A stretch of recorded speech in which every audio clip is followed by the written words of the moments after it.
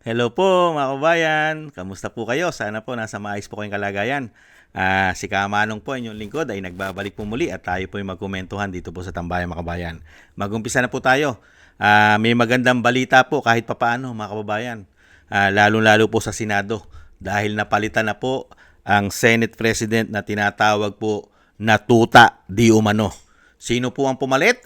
Ito po, pakinggan po natin at pakinggan ang pumalit po sa tinatawag na tuta di umano, mga kababayan. Umpisa na po natin. May we call on Senator Camille Villar to administer the oath to the newly elected Senate President, Senator Alan Peter Cayetano.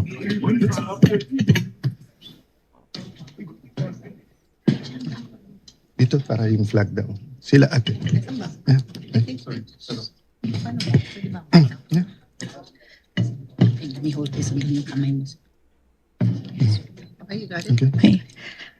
Okay. Oath of office. I state your full name, I, Alan Peter Shram Cayetano, having been elected to the position of Senate President, having been elected to the position of Senate President, do hereby solemnly swear do hereby solemnly swear that I will well and faithfully discharge, that I will well and faithfully discharge, to the best of my ability, to the best of my ability, the duties of my present position the duties of my present position, and of all others I may hereafter hold, and of all others I may hereafter hold, under the Republic of the Philippines. under the Republic of the Philippines, That I will support and defend the Constitution of the Philippines, that I will uphold and support, that I will support and defend the Constitution of the Philippines, that I will obey the laws, legal orders, and decrees that I will obey the laws, legal orders, and decrees promulgated by the duly constituted authorities, promulgated by the duly constituted authorities, and maintain true faith and allegiance and maintain true faith and allegiance to the Republic of the to Philippines, the Republic of the Philippines, and that I impose this obligation and that I impose this obligation upon myself voluntarily, upon myself voluntarily, without mental reservation or purpose of evasion. without mental reservation or purpose of evasion. So help me God. So help me God. Yan po mga kababayan, nakakatuwa po. At buti po at isang abogado po ang tatayo po at maglilingkod na Senate President. At kahit papaano po ay hindi po tayo makakita ng mga desisyon na bend the law at break the law di umano. At syempre po tingnan naman po natin, kaya po hirap na hirap po nila imbestigahan ang korupsyon nung dating nakaupo, mga kababayan, dahil pati pala siya ay merong mga request na mga insertion at allocable na bilyon-bilyon. At syempre, ang hindi natin makalimutan at napanood pa, nakasama pa sa delivery, naka-chopper at meron pang delivery sa kanyang residential, mga kababayan, na male-maleta. Ito po, pakinggan po natin si Senator Marcoleta. Isama po natin ito. Kasi may nakahain dun sa ethics complaint. Yung aming Senate President ay humiling din ng mga projects. At ito ay validated sapagkat galing ito sa DPWH. Opo. Hindi lang basta Hindi 500. Sulat ka talagang pirmado. Formal ano to eh. request. Merong covering letter na galing sa DPWH at naka-attach yung kahilingan ng aming Senate President. Hindi 500 million, 3.5 billion, 3.5 billion, 3.5 billion. Wow, ang laki. Ayan mga tambay, hindi lang po maleta ang issue, meron pa palang 3.5 billion ang dating Senate President, mga kababayan, sa DPWH. Isang issue po yan. Di po ba? Dahil alam po natin, pinupolitika po yata nila si Marcoleta dahil si Marcoleta po ay gustong-gusto pong matumbok ang ulo, yung pinakamalalaking isda sa korupsyon. Hindi po ba? Pero yung dating nakaupong Senate President at yung tinatawag pong mga tuta di umano, lalong-lalo po yung chairman ng Blue Ribbon Committee, wala po tayong nakita at hindi natin naramdaman na sila'y seryoso at talagang pananagutin nila ang mga nagnakaw sa pera ng taong bayan. Hindi po ba? mukhang nagkaroon ng sabwatan.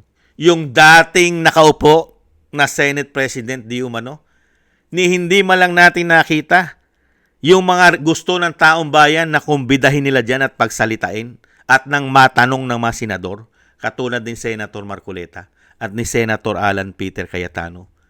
Yung tinatawag na dapat matagal ng pinagsalita. Sino po? Si Tambaloslos. Maglolo na Bersamin. Si Pangandaman. Sino pa? Si Gutesa na pinigilan. Ang mga ex-marine, 18 ex-marine soldiers, pinipigilan pagsalitain. Di umano. Lalong-lalo po si Saldico. Ayaw po nilang pagsalitain kahit po by Zoom. Dahil technology na naman tayo ngayon. May internet na. Hindi po ba? At pati ang mga diskaya, ayaw rin pagsalitain para ibunyag nila ang mga kumukuha ng komisyon sa kanila. Hindi po ba? Dahil isang damukal na issue ng korupsyon, hindi lang naman po flood control, nahandyan pa po ang Maharlika Investment Fund na dapat din pong imbestigahan ng Blue Ribbon yan. Ang ginto sa Central Bank, tuni-tunilada, may issue po yan. Ang PhilHealth, ang mga bangko natin, ang PDIC, GSIS, hindi po ba? Pati SSS, hindi po ba? PhilHealth, at lalong-lalo po yung ginawa nila sa GAA. Hindi po ba? Dapat himayin yan. At lalong-lalo po mga kababayan, ang isa pang maganda na balita dyan, kung itong si Senator Cayetano po ay hindi magpapakatuta, katulad po nung pinalitan. Pag hindi po siya nagpakatuta, magkakaroon na po ng magandang investigasyon sa Senado, lalong-lalo po sa impeachment ng Vice President.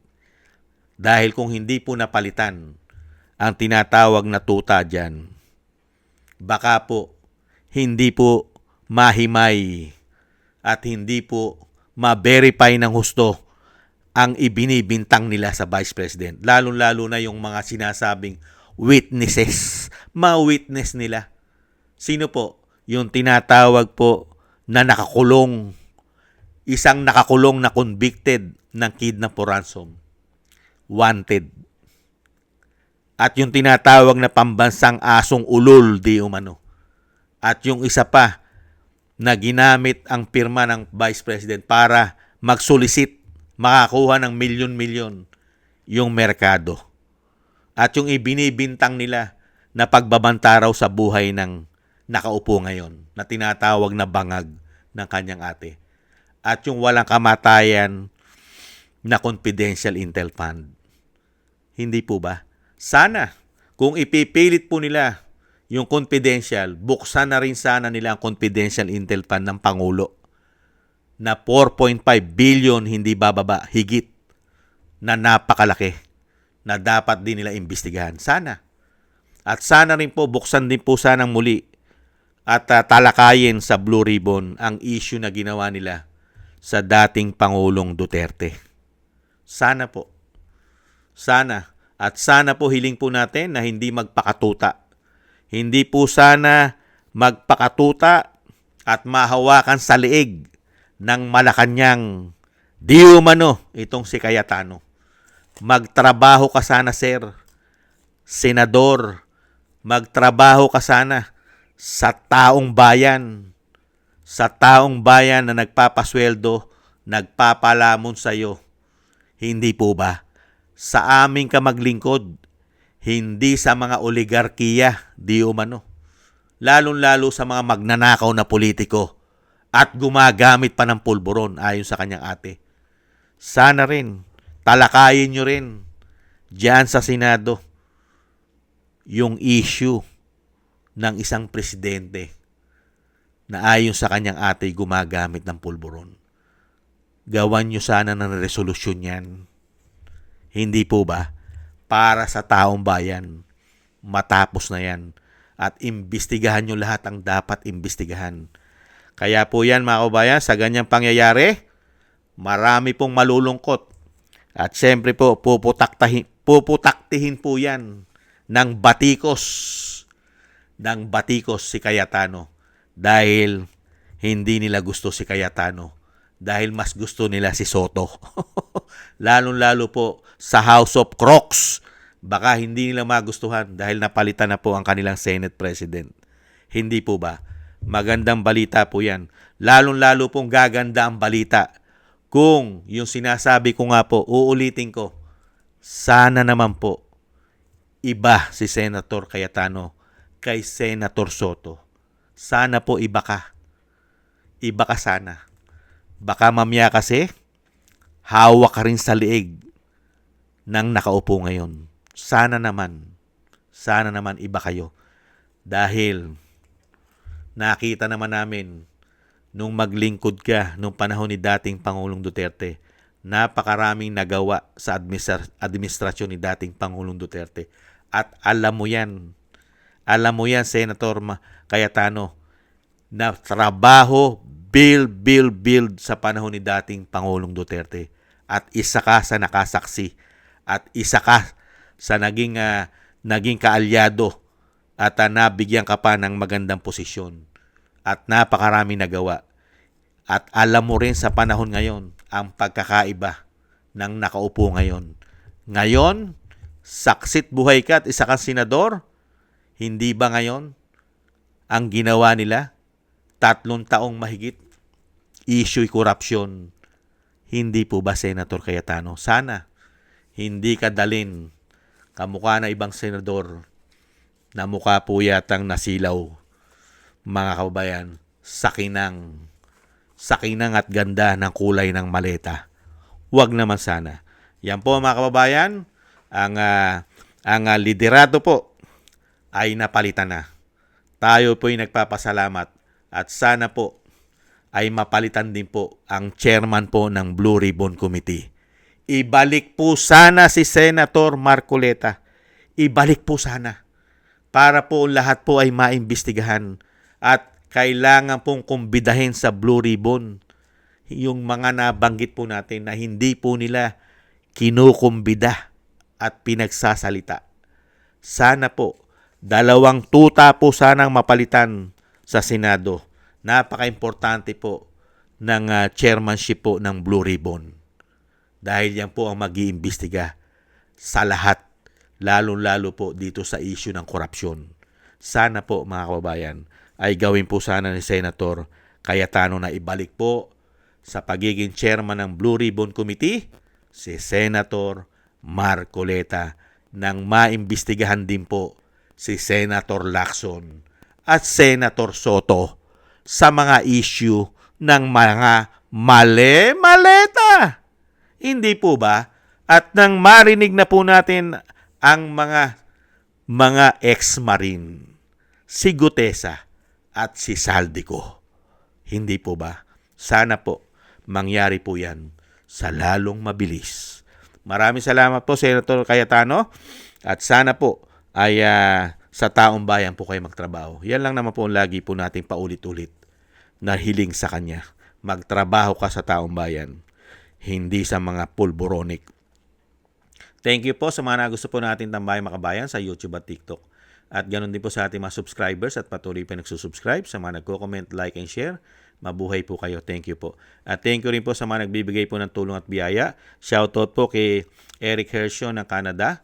Ganon din po kay Baby Roman at Ate Isa ng Cagayan, kay Jem Aris ng United Arab Emirates, Ani Jo, kay Tatay Nick ng Toronto, Canada, kay Felipe Shapno ng Texas, USA, kay Mila Yi, kay Jesus Valdepena, Rolando Guerrero, kay Mika Legaspi, Arthur Estranero ng USA, Melchorita Espinosa ng Orlando, Florida, USA, Ma'am LB at Shermani ng North Miami, Florida, USA, si Rolando Timbol ng Alberta, Canada.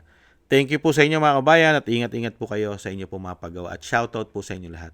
At tis-tis lang po tayo, mga kabayan, at samahan po natin ng maraming dasal. God bless po sa inyo lahat. Muli po, paalam, bye-bye.